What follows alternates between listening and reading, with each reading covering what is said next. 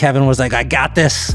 I'm going to last longer than that for sure, if nothing else. And then swept out of here. Bam Adebayo, will you be there too, resting up Joel Embiid? No idea what happens tonight, but get that body right.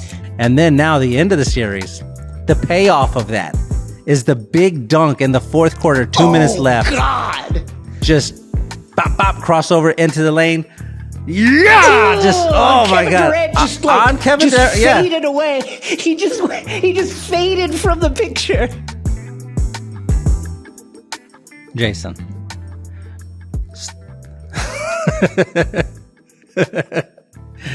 So we record the show on Tuesday morning. That's when we record it, right? However, the Knicks don't play this week until Tuesday night.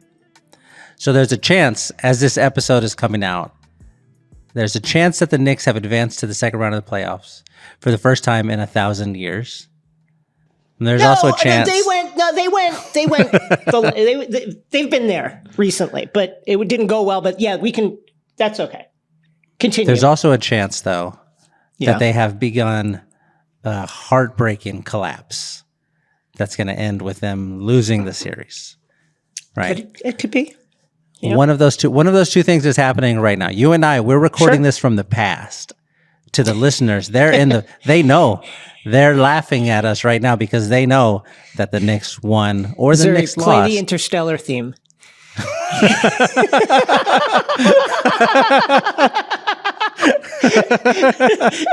This is the Interstellar conundrum. You are in the bookcase right now, Jason. You are in the bookcase yelling at Murph or Jalen. Jalen, don't do it, Jalen. Shoot it, Jalen, shoot it. So if you had to guess right now, what's going to happen let's just pretend make the call right now. For everybody listening, they're all listening. They know the answer to this question. You and I don't know. I need for you to give me an answer. How did it turn out? So game 5 was last night. It was a hotly contested game, came down to just a few plays in the fourth quarter. So close. But unfortunately, what happened then was Shea broke into my house. He had flown out to Los Angeles, unbeknownst to me last night. He was wearing a mask, but I knew it was him because he was just wearing shorts and slides. And I was like, Shea, is that you? And he didn't say anything. And then he hit me in the head with a tire iron and said, you know what that's for. And then I spent the rest of the game bleeding out, so I don't really know what happened. Oh, what a cop-out. What? What a cop-out. I'm going to call it right now. The Knicks win.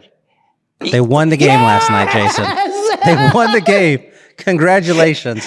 They won the game by 7 points. Okay, wow, blowout. It was a yeah. All right, we should start. Let's talk about the actual games we do know. You want to start the show? Okay, yeah, let's start it. From Wondery, I'm Shea Serrano. And I'm Jason Concepcion. And this is 6 Trophies.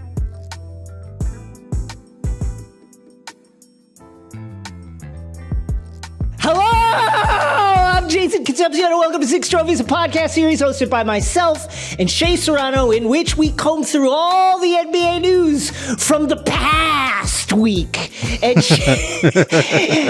then hand out 6 pop culture themed trophies for 6 basketball related activities. In this episode, the superstars, the NBA superstars are shining.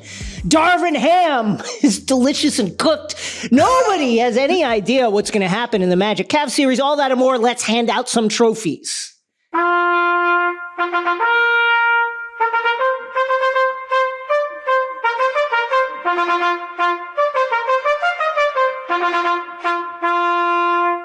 Man, Interstellar is such a good movie. What a good movie. It's not my favorite of his, but there's great things about it. Wait, you don't like it? I don't particularly love it. I think it's fine. I think it's a solid film. Not great. I like it a lot. I don't understand it. Nobody who watches it understands it. They'll lie and say, whatever. It's based on real science. Yeah, okay. No, it's not. Fucking Matt Damon. Matt Damon is a liar. That's what I took from the movie. He's a liar and a coward. But it's a good movie, man. Matthew McConaughey, what a performance. What a great McConaughey is performance. fantastic in that movie. All right. We do 2 sets of trophies, the big trophies and the little trophies. The big trophies are first. These ones are the same every week. First up, the Denzel Washington and Training Day trophy given out to whoever it is who had the best overall performance of the week. This week's winners, the superstars, baby. The superstars. The NBA superstars. My goodness. Oh. That's what you're learning right now. Watching these games, you gotta have a superstar. You gotta have the guy. Jalen Brunson, Joel Embiid. You gotta have a guy that you go, all right, it's the end of the game. Fourth quarter, it's close. Our guy is better than your guy. We're gonna give him the ball every time. Good luck stopping him. That's where we're in every single series. Every single series so far has had that, with the exception of maybe Orlando and Cleveland, which nobody knows what the hell is going on there. Nobody knows Nobody what's has happening any there. idea. But all the other series, you're like, all right, it's Jalen versus Joel at the end of the game. It's Jamal Murray. Our guy's better than your guy. Joker. Our guy's better than your guy. That's all that it is. It's my favorite like aspect of the playoffs is the our guy is better than your guy mentality that happens. That's all that it is. We're all for this side. We're friends over here on this side. You're friends over there on that side. Our guy's better than your guy. Superstars showing out. I also love that it's a changing of the guard moment right now in the NBA. Oh man. Oh my God. With LeBron and Curry and guys of that generation going out, and guys like Anthony Edwards. Had 49, 6 assists. 2 blocks in a closeout game 4. Only the second time the Timberwolves have been like past the first round in their history. And probably the most confident. This is the type of game I didn't think they had in them. And it's because Anthony Edwards is a serial killer of people. Like he said before game 4, I just want to kill everything in front of me. And yes. My God. Yes. He does. He has an ability to where he'll like hurt his ankle. I guess this is just being 22. He did that, yeah. He hurts both ankles and then it's just like, fuck it, I'm going to dunk on somebody and kill him. It was nuts. It's insane. He had 31 of his 40 in the second half of the game. In the second half. Just takes over. Fourth quarter just takes over. Has the defining 2 moments of the series. One that was playing, one that was not playing, is when he's talking shit to Kevin Durant at the beginning of the series. Oh my God. Pounding on his chest, just saying Big I'm that fucking dude. I'm here now. You have to deal with me. Answer these questions I'm asking you, Kevin Durant. That's what he's doing in front of everybody. The crowd's going crazy. Even Kevin Durant, who did the exact same thing at the start of his career. Kevin Durant was like, all right, it's your turn. I did mine. I got my championships. I did the same thing you're doing now. Great. I'm having a great time. He was having a wonderful time. It was a beautiful moment at the start of the playoffs, at the start of that series in particular. And then now the end of the series, the payoff of that is the big dunk in the fourth quarter, 2 minutes left. God. Just bop, bop, crossover into the lane. Yeah, my God! Durant On Kevin Durant, faded away. He just faded from the picture. Just gone like fucking Marty McFly at the end of Back to the Future. The picture is just fading, just disappearing. He does that, right? That's game 4 in Phoenix. Close out game 4, they win that series. Jalen Brunson, 47 points. Just talking shit the whole time. Like he's not like I'm talking shit with my mouth. He's like with my face and with my shoulders and with my jersey and just giving you buckets. 34 shots, 47 points, 18 to 34, 52% for the field, 10 assists, 4 rebounds, 10 assists. A block in that crucial game 4. And it was shocking to me that 47 was actually the record for a team that's been around as long as the Knicks, but the most points record by a Knicks player in postseason history. Wow. It was just He's getting an MVP chance on the road in Philadelphia. I mean, we can talk about that a little Philadelphia. Listen, we have reached a point post Bing Bong, post side talk, where we have to just understand that we're living in a reality now where every Knicks playoff win and even some of the regular season wins are going to be accompanied by a Knicks version of January 6th. It's just that's just what's going to happen now. And it's insane. I mean, the videos coming out of Philly were remarkable. They're chanting "fuck Embiid." In his building. In his building. In the building. Knicks fans congregating, hundreds of them, all in the colored. Oh my goodness, what a great moment. So with the Jalen Brunson thing, as a Knicks fan by proxy, just having been around you and wanting for you to be happy, and now your basketball team is good. That. And so a thing is happening now watching the games where it felt like before there was a little bit some drops of this is kind of a novelty right now. Right? Sure. Yeah. It had some Jeremy Lin flavor to it. Right? This is not going to last forever. It's great while it's happening, it's not going to last forever. But the playoffs have been going, and he has just been getting better and better and better. And it feels now, especially after that Game 5 win, which was a huge win. Come on. It feels now like that's just who he is. He's that guy. You can count on him to give you 35 on the road, to give you 40 on the road when you need it. You know what I mean?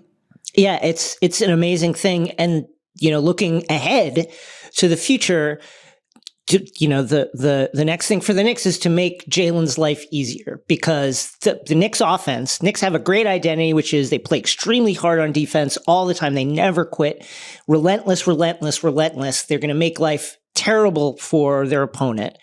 But offensively, particularly in the half court, it's just like, Jalen, please score. That's what the offense is. So just some way to make his life easier.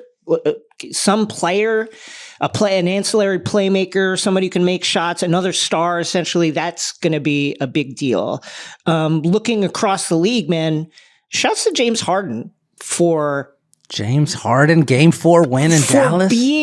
For being the star that people have been asking him to be in a crucial playoff moment. 33 points, 6 rebounds, 7 assists, steal and a block. 13 points down the stretch, which was like, wow. Every time you're just like, holy cow. Now, Luka is ailing that game, and it was quite visible. But man, on the other side, Kyrie Irving made maybe the greatest layup I've ever seen in my life. Oh my God. Over the three different defenders all at the same time. That's a game we have watched James Harden lose in the playoffs over and over and over again. They go up 31. Dallas comes flying back. Everything's going their way. Kyrie hits that incredible layup to give them the lead in the fourth quarter. And you're like, well, it's done. It's over. It's over. That's it. Clippers will collapse. Yeah. They'll collapse. And then, of all people, James Harden? I can't believe it. No, we are not losing this game. Floater. Just floated them to death. What a fun series that has been. I was so happy for him and happy for my friends that are Clippers fans because, as you mentioned, the Clippers have a history of devastating collapses. To win a game like that where they lose a double-digit lead and then put another double-digit lead on top of to go ahead by 10 points after losing a 30-point lead, incredible. Jokic, what more can you say about him? Derek White, not a superstar, but played like a superstar. Game 4 win in Miami without KP, Kristaps Porzingis, who's got a kind of very concerning calf injury, 38 points, 4 rebounds, 3 assists. I think he hit every single 3 that I saw him take. SGA, Game 4 closeout win in New Orleans. Smoothest man in the playoffs. Tyrese, Game 4 win. The game-winning 3-point play with 1.6 seconds left after poor Chris Middleton gave his life just hitting game-saving threes after game-saving threes, getting thrown all around the court. I couldn't believe it. And banked one of them. You're thinking, it's game time. And then Chris Middleton is like, nope, I'm gonna fight to keep us in this. Man, some devastating injuries for the Bucks, but it really cool to see stars showing out because that's what you need to be successful. Is a star. The Tyrese Halliburton one made me very happy because that was a bad game from him. He's 8 for 22. He had a bunch of his 16 assists or whatever. Yeah. Patrick Beverley had him in fucking hell. He did. He was basically riding around on his back. Like in the new Mortal Kombat, there's a guy who has another little guy on his back that's just all the time there. That's who Patrick Beverley was to poor Tyrese Halliburton. He couldn't do anything, was just over in the fourth quarter, and then game on the line. Here we go. Give me the ball, running full speed from the backcourt. They're like, this is the only way we can get him at least a little bit of space from Patrick Beverley, and he finally got some space, and then hit Pat with the pop. Leaves Pat at the 3-point line into the lane. Everybody collides on him. Floater, whistle, game over. A big part of me thought, well, Middleton's just going to hit another 3 here. Yeah. He just keeps doing. He's going to hit another one, and he got a chance. Highly contested, bounces off the rim. But yeah, superstars. You need them. You got to have them right now. You can't. You're not going anywhere without a my guy is better than your guy on your team. The 82-game preseason is in the books, and it's finally time for the actual, the real, the authentic season. Don't miss out on any of the NBA playoff action at DraftKings Sportsbook, an official sports betting partner of the National Basketball Association. From the play-in tournament through the finals, DraftKings Sportsbook has you covered with same-game parlays, live betting, odds boosts, and so much more. The first round is underway. What are you going to do? How are you going to tailor your strategy as teams are playing the same team over multiple games? Something to think about.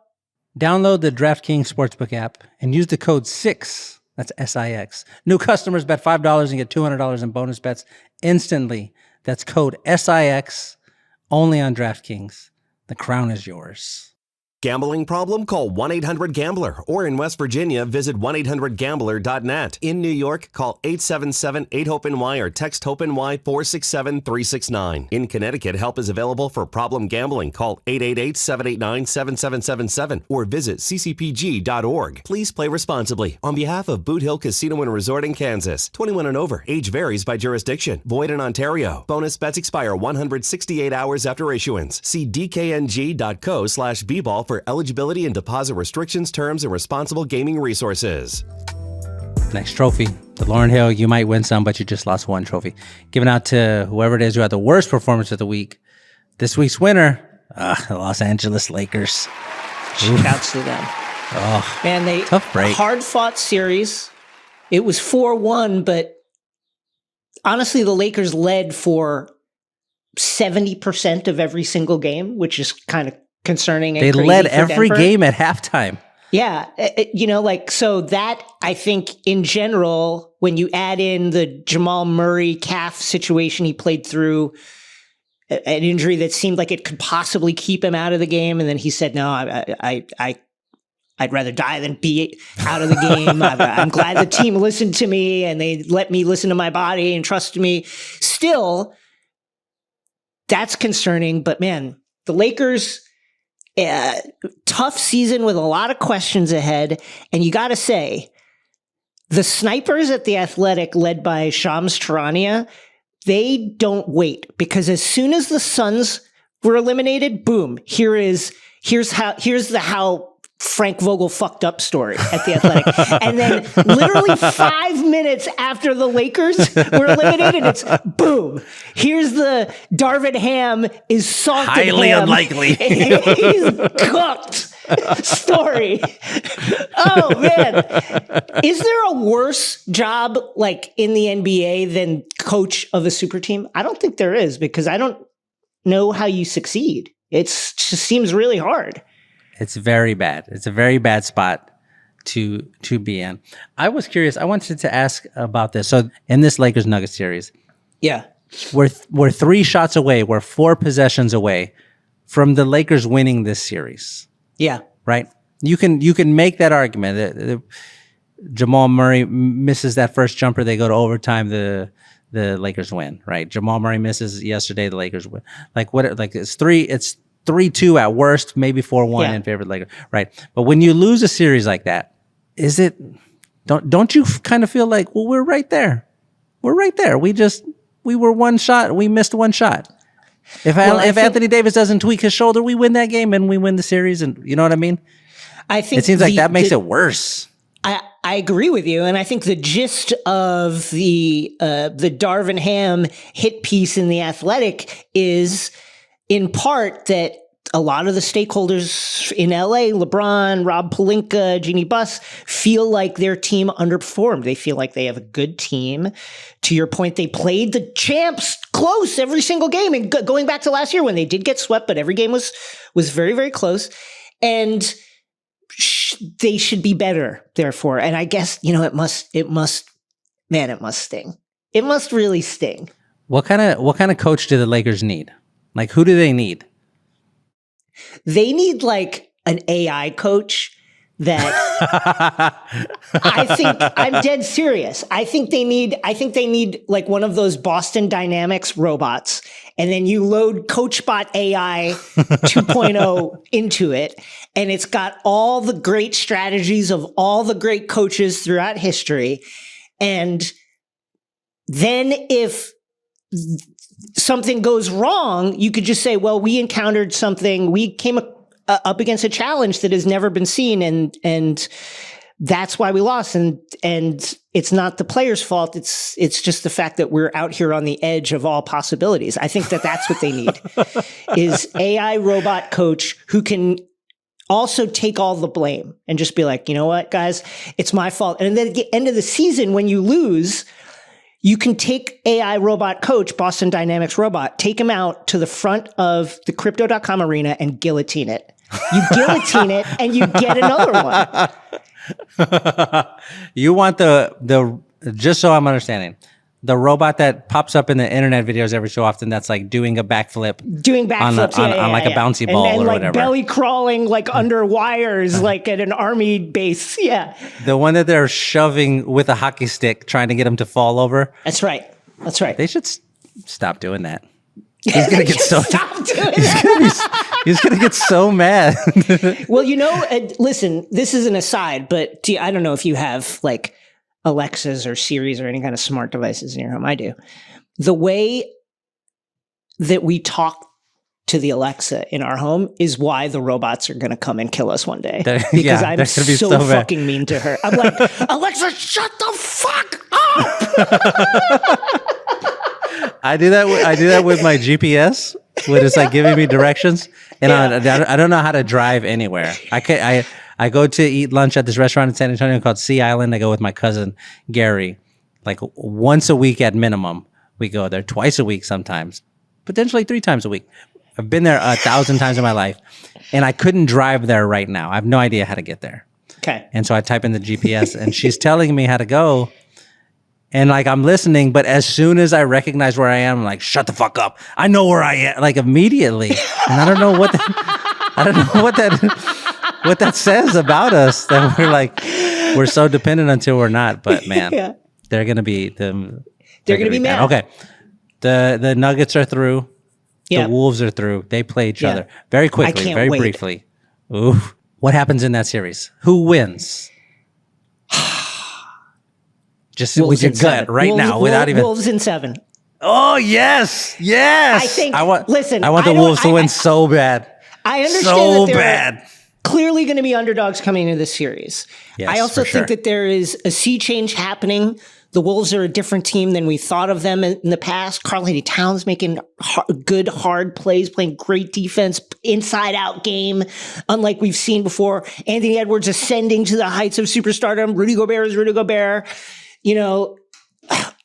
And I think with the injury to Murray, how can he keep doing this? The margins are so small. MPJ has been great, but they also don't have Bruce Brown. He's been I think it's going to be a highly, highly contentious series. I think the Timberwolves have big bodies to throw at Jokic. If you can, the Lakers showed if you can make him have to guard, then you'll have an easier time with him. He still had double-doubles, near triple-doubles every single game.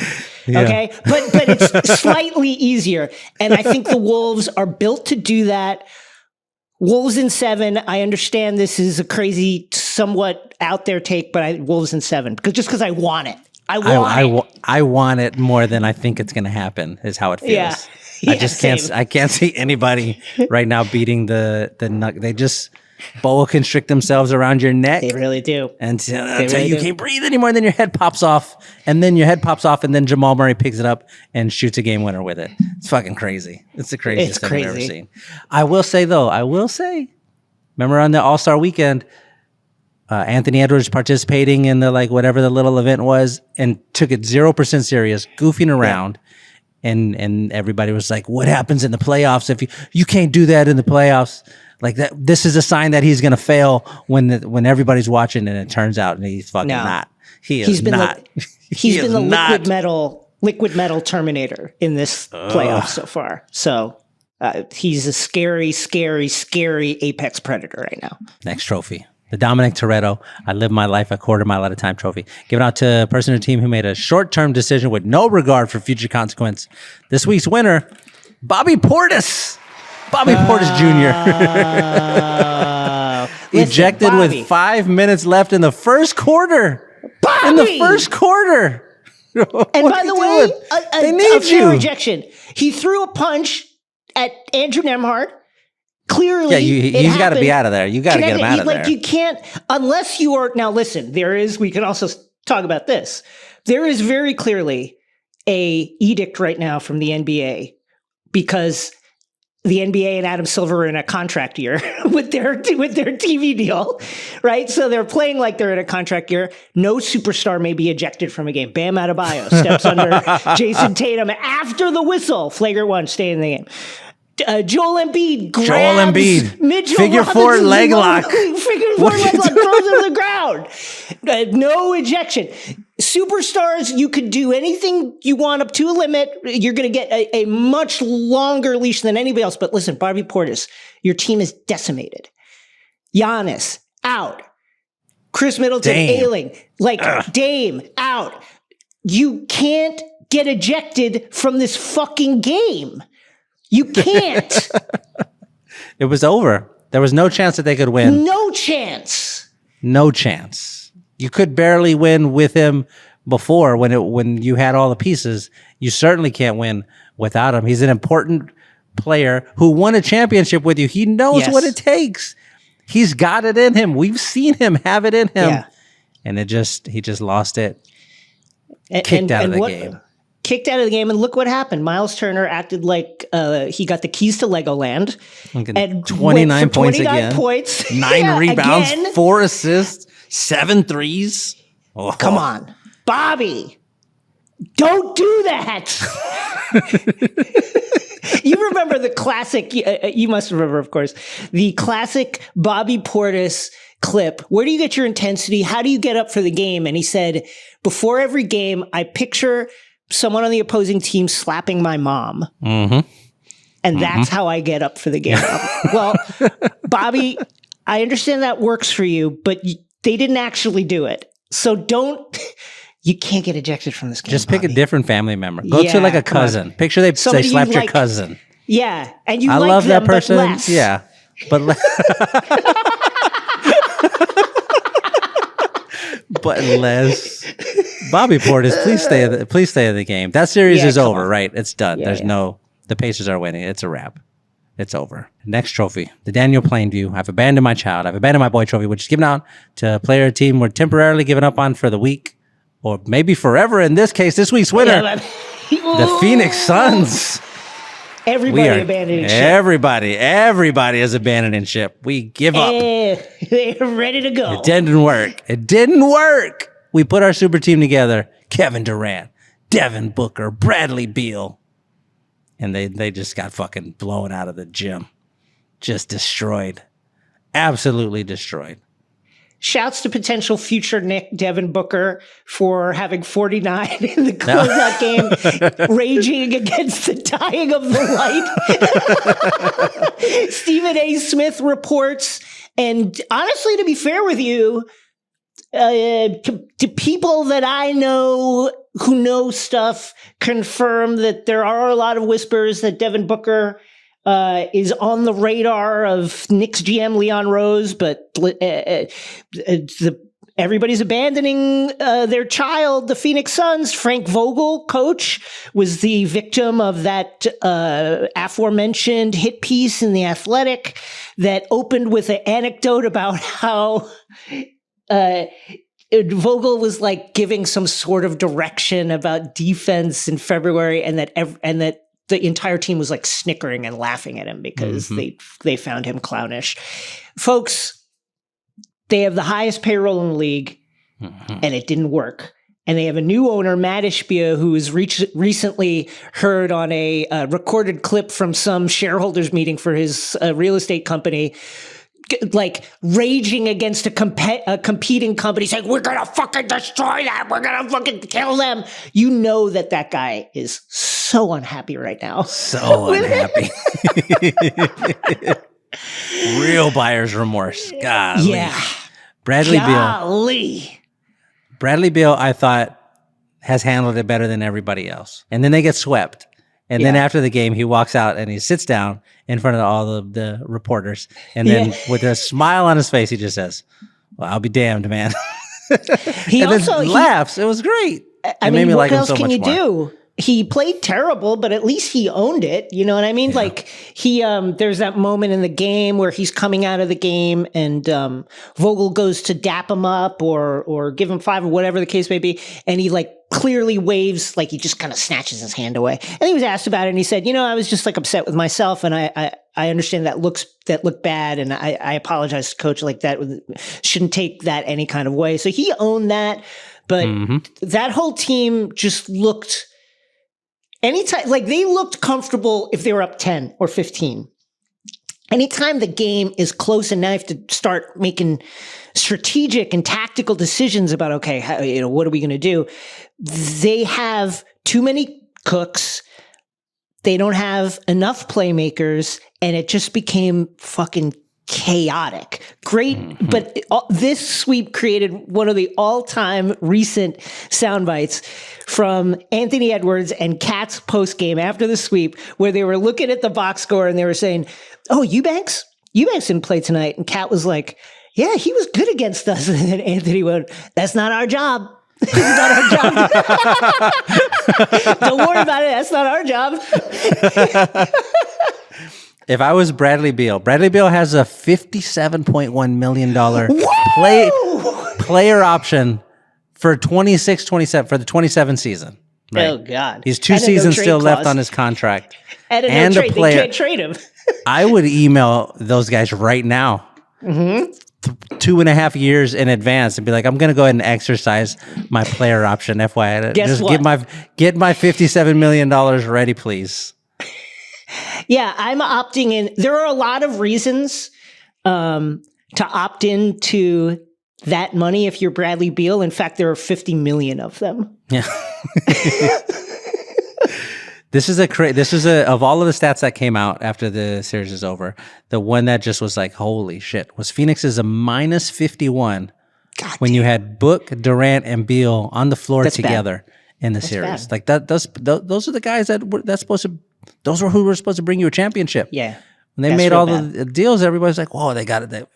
Phoenix is back. They got a chance." And then it just went so bad. To the rumor of Devin Booker potentially wanting to be in New York, does that make Jalen's life easier if he's there? Do you want Devin Booker on the Knicks? Theoretically, yeah. I think one of the secrets of the Knicks' success has been an alignment between the front office, the coach, and the players. The coach has got buy-in from the players. The GM, Leon Rose, understands the type of players that Tom Thibodeau wants and understands how he wants to play, and has been very good and very effective at acquiring the players who will play the way Tom wants. And I expect them, if this is true, to do their due diligence on any star who they think about acquiring to make sure that they can handle the type of culture, the type of minutes heavy load, the type of defensive buy-in that is necessary to play for Tom Thibodeau.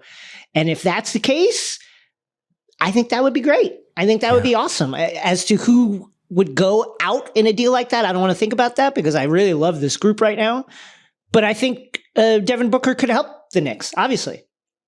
The first question on the "Could you play for Tom Thibodeau" questionnaire should be, Devin Booker, how do you feel about playing 61 minutes a game? Yeah. How do you feel about that? And then he's like, well, there's only 48 minutes in a game. And then they're like, well, listen. It'll feel like more. Yeah. At halftime, Tibbs takes us in the back in the other gym and we play 4-on-4. For like we're still playing at halftime for an additional 13 of the 15 halftime minutes. We're playing full court still. So are you okay with that? And I gotta say, I and many others have criticized Tibbs for his minutes apportionment over the course of the regular season. I think it is an issue to an extent, but this playoffs so far has absolutely authenticated Tibbs' strategy because as the rotations shrink, the Knicks look very, very comfortable playing 40 plus minutes. The entire squad looks very, very comfortable. And as they've gone into the deeper water, you've watched the Sixers fade and get notably gassed into those high minute loads. So shouts to Tom Thibodeau. He's been right. It feels like in Rocky 3 when Rocky is fighting Clubber Lang at the end of the movie and Clubber Lang is getting all gassed out and trying to talk shit and Rocky is just yelling at him, I'm not breathing heavy though, because he knows Clubber is gassed. Yeah. Like that's what the Knicks are doing to fucking poor Joel Embiid who's playing on one leg. I feel so bad for him. Next trophy. The Chief Keef, that's that shit I don't like trophy, which is given out to a player team who does something. We just don't like it. We don't like it. This week's winner, not knowing what's happening in the Orlando-Cleveland series. Crazy series. I don't like it. Crazy series. I don't like it. I'll tell you, this is what I do like. We have been advocating openly. We want Orlando to win this series because Cleveland tanked to get them. The series opens up. Cleveland goes up 2-0. Here comes Orlando, though. Karma starts reeling in the Cavaliers. Yes. Click, click, click, click, click. Bringing them in. Orlando blows them out in Game 3. Orlando wins Game 4. We don't know what's going to happen in Game 5 because, again, we're recording this on Tuesday. I hope as we sit here now, all listening together, the Orlando Magic are up 3-2. Two blowout games in Orlando after 2 blowout games in Cleveland. And I think the thing about, the blowout wins for Cleveland, the way Orlando lost them made sense with what you've seen from Orlando all season, which is they really struggle to score. They struggle big time to score. Great defensive team. They don't have the scoring firepower to hang with teams on a consistent level. Good playoff teams, but the Orlando blowouts, I think, were much more concerning for the Cavaliers because they revealed stuff that just looks like it's existential for the Cavaliers. You had Donovan Mitchell just trying to do everything and not coming through. Darius Garland in the Donovan Mitchell-less minutes where you're like, okay, Darius Garland, you're the guy now, looks like he doesn't know what to do out there. Their bigs, weirdly, have played really well. Jared Allen has played well, Mobley has played well, but the guard play's been, which should be their strength, has disappeared, and they just got absolutely bullied, physically bullied by the Magic, which was the thing that got them knocked out of the playoffs last year at the hands of the Knicks. So pretty concerning, I think, if you're a Cavaliers fan, but we'll see. It's been home win, home win, home win, home win. It's a 2-2 series, but I think the last 2 losses are very concerning for the Cavaliers. I don't know what will happen.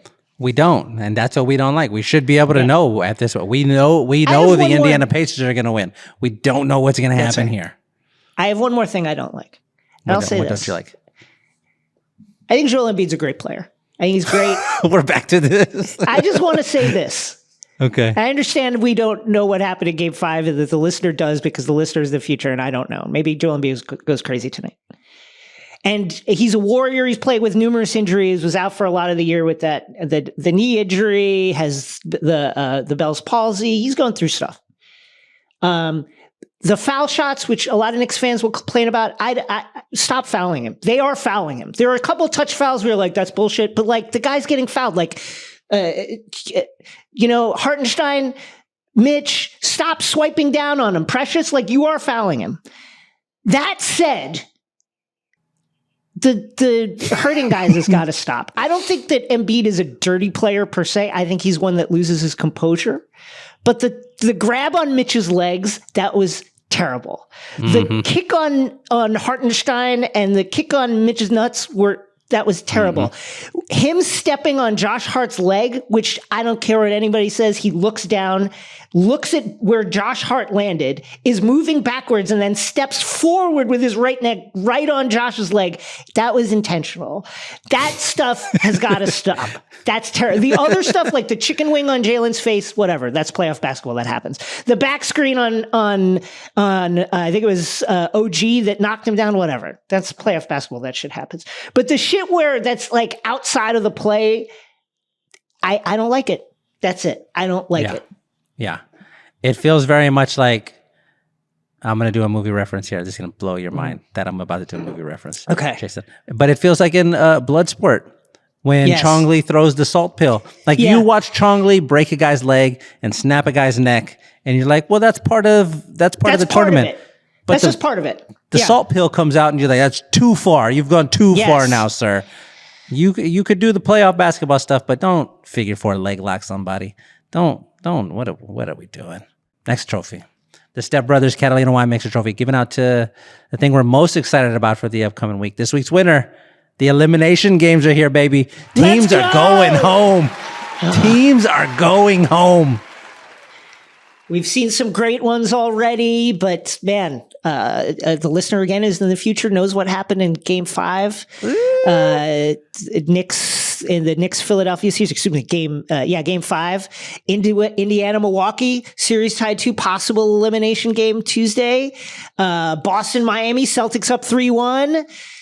Folks, this is when it gets great because I love when an NBA team is fighting for its life. There is nothing better in sport than when guys are just fighting for everything. That the Knicks Sixers series, and the rest of these playoff series, there's they'll be replaying clips sometime that's just like a layup or just a standard play, that was no weird foul involved. And you'll watch it and you'll see the playoff intensity. And it's like, God, they could call something on every single thing that's happening here. Arms swinging around, guys pushing each other, grabbing each other. I love it.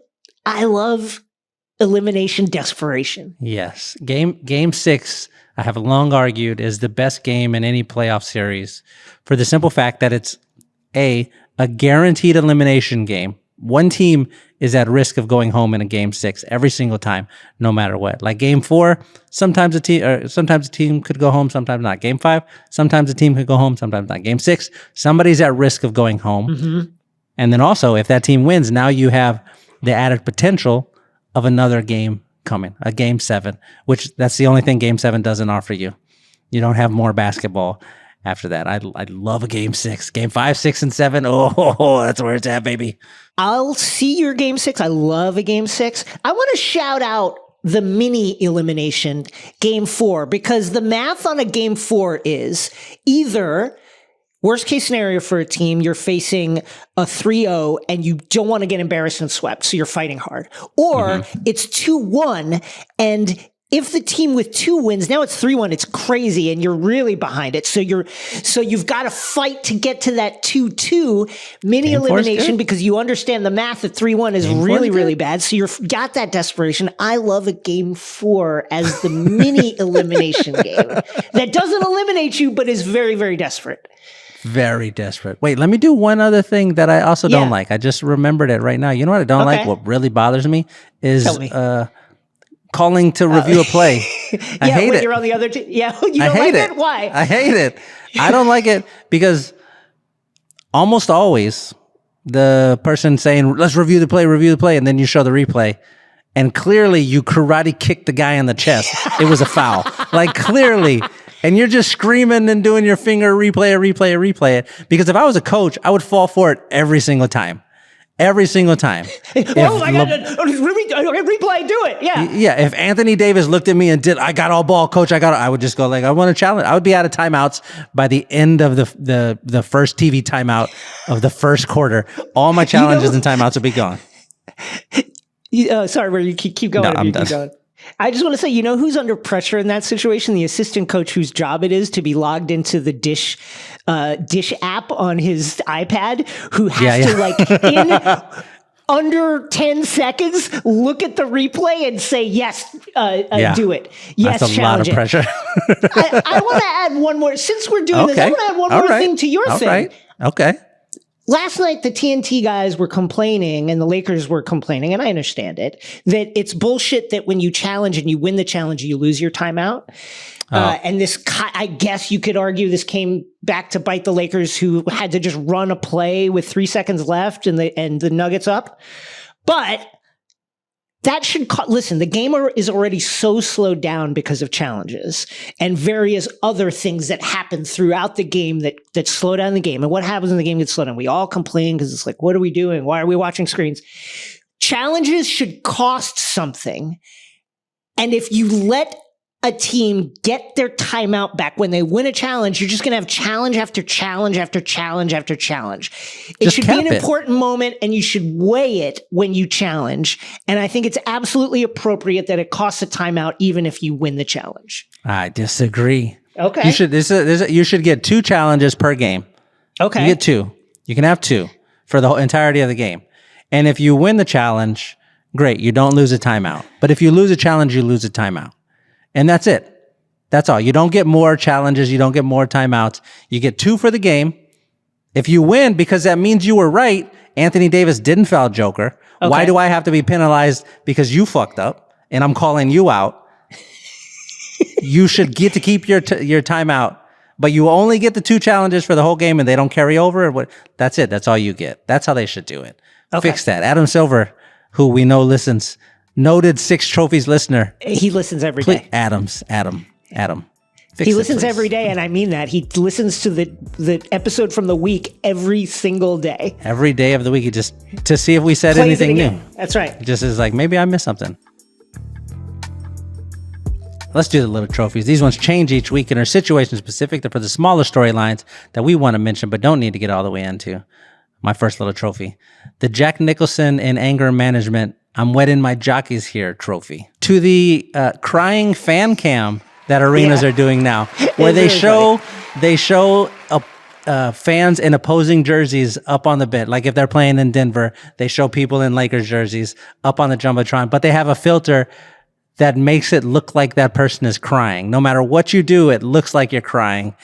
And I don't know why, but it's the funniest shit that it makes me laugh every single time. It gets me every single, it is immediately up there with the thing that they do at some games where they do the Simba cam, where they show a person who has a baby on their lap, and then they pick the baby up like it's Simba from Lion King, which I also love. I also love that one. But this new crying fan cam thing, it's the only good time for artificial intelligence on the face. Yeah. I'm pro artificial intelligence with regard to fan cam crying. My first little trophy is the Foo Fighters rope trophy. And the lyrics to rope that are important here are, give me some rope, I'm coming loose, I'm hanging on you. Give me some rope, I'm coming loose, I'm pulling for you now. Give me some rope, I'm coming out of my head into the clear. When you go, I go noose.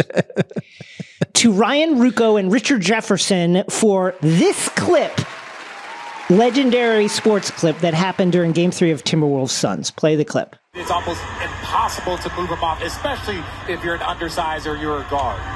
He is a thick load. He said he's a thick load. And then I followed by literally a minute of silence because clearly they were laughing so hard.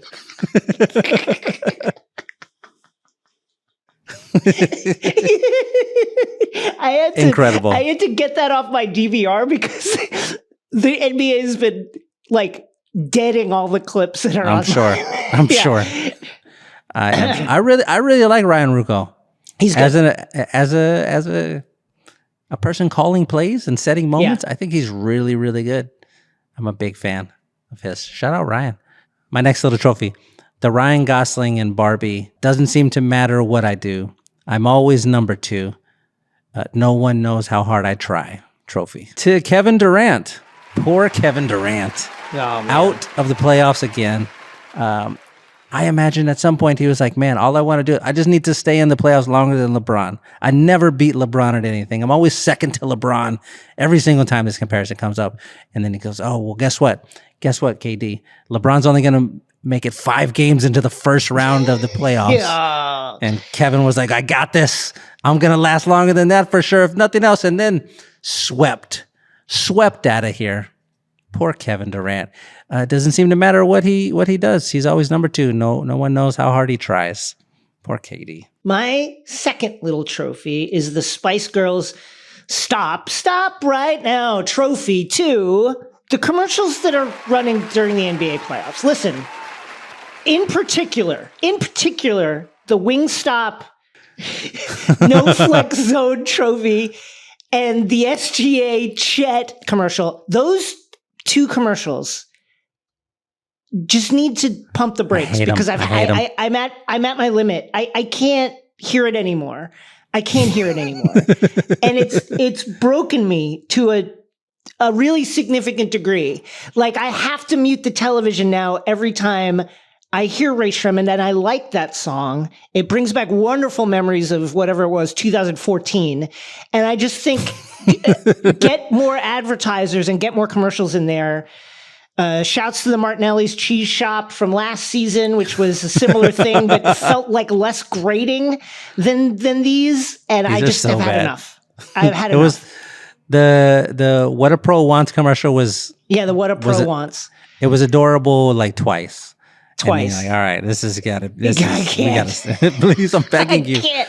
Remember when they were showing the trailer for Evil Dead Rise during basketball? Like, over and over, and I had to like turn the TV off when it would come on. Yeah, no more. Because that shit creeped me out so much. Please stop. Please stop. All right, my last little trophy. We were talking about Rocky 3 earlier. I'm going to go to Rocky 3 for this one. The Apollo Creed in Rocky 3.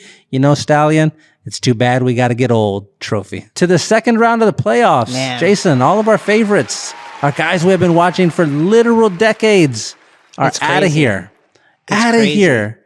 You would have never thought 10 years ago, 5 years ago, 2 years ago, you would have never thought you have a team with LeBron on it, not going to make it out of the first round. You have a team with KD on it, not going to make it out of the first round. You have a team with Steph on it, not even going to make it into the playoffs. That's insane. We got old, Jason. We got old. We just keep getting older. I hate it. I hate it so much. But that brings me to my final little trophy, and it's kind of a play on your final little trophy. Mine is the John Williams Olympic Theme and Fanfare Trophy to the 2024 USA Men's Olympic Basketball Team. LeBron James, Steph Curry, Anthony Davis, Devin Booker, Kevin Durant. That's right, guys. You're out of the playoffs, but you can rest that body for the all-important 2024 Olympic Games in France. Bam Adebayo, will you be there too, resting up Joel Embiid? No idea what happens tonight, but get that body right for the 2024 Olympic Games in France. The fight for the gold medal, guys. That's what's important this year. That's right. Fight for your country, guys. Get fresh, get healthy for the Olympic Games. That's ridiculous. You are a ridiculous person. Let's not lose sight of what's important. Our country. The thing that brings us together. Guys, Steve Kerr, you're out of the playoffs too, but thank you so much for what you're going to do for our country in only a couple of months. We did it again, Jason. Another perfect episode. We close every episode just by saying the names of underappreciated old basketball players with no context at all, while the theme music carries us out. Zuri, will you play the theme music, please? I'm Shea Serrano. That's Jason Concepcion. Producer Zuri in the shadows making the noises. See y'all next Wednesday. I'm doing cast members from Interstellar, Jason, because I think you should. Oh, okay. I'm doing Murph. players who. I'm going to start with Murph. Nice. I'm going to do players who played in the league the last time that KD, LeBron, and Steph were not in the second round. So much better. Knicks legend Jared Jeffries. Interstellar legend Joseph Cooper. Matthew McConaughey. USC legend Jason Capono. Interstellar legend Dr. Amelia Brand. That's Anne Hathaway. Beard stubble legend Marco Yarich. Interstellar legend Murphy Cooper.